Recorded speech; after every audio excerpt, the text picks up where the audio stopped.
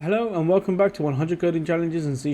This is episode 28 and it's called month day selection extension. In this challenge we're going to ask the user for a number and a year and then display the number of days in that month, taking into account leap years. Some of you who have been following the series may notice that this seems very similar to a couple other challenges that we've done in the past, and you're right. This is an extension for episode 16, which is month number selection, and we're combining it with episode 26, which was leap year. So feel free to refer back to those challenges if you've already done them, or go and check out those videos if you want to do them first and then come back to this video. I'll leave the links down in the description, and feel free to use your old code as well to make this extension program. If you'd like to give this challenge a go yourself, then pause the video now and we'll get started.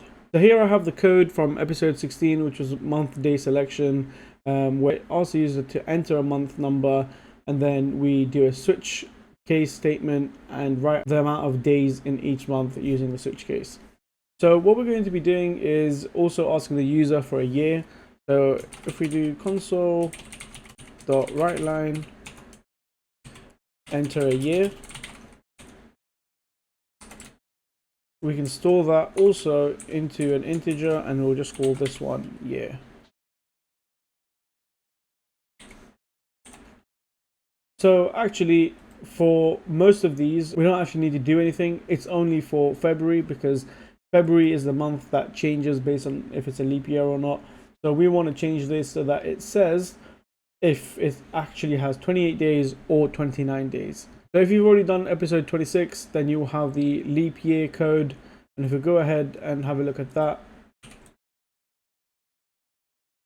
we can copy this code and take it back to our program.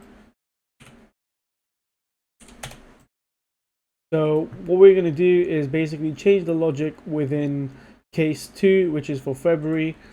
So let's just put this in here and just add some indentation.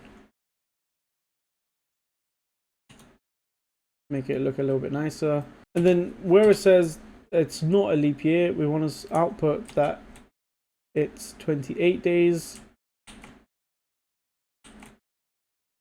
And when it is a leap year, we want to say it's 29 days.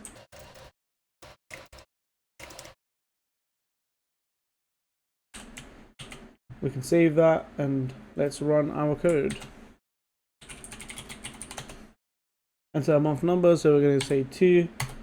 Enter a year, so I know 2004 is a leap year, so I'll type in 2004. It outputs 29. Let's run it again and let's do 2005 this year, so we'll do month 2, 2005, and it's 28.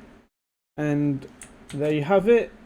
That was us extending our month number selection program to also take into consideration leap years. If you didn't watch episode 16 or episode 26 and you're finding this a little bit confused, then I would strongly recommend to go and watch those videos as I go into more depth into what we're doing with the switch statement in episode 16 and why we've numbered them in this way and this way. And also in episode 26 we're going to greatly talk about how to use the modulus operation and why we have all of these if statements. So please do go and check those out. The purpose of this episode is to show you that when you're using a switch case statement or you're using if statements, you can always nest your code deeper and deeper. So at the grandest scale, we've got the switch statement and we've got all of these different cases. And then even within one single case, we've got 3 if statements nesting even deeper. And the more granular your logic goes, it usually gets more targeted to a very specific outcome or situation. If you enjoyed this video, hit the thumbs up button, comment down below, let me know what you think. Also subscribe to keep getting notifications when I release new videos. See you guys in the next one.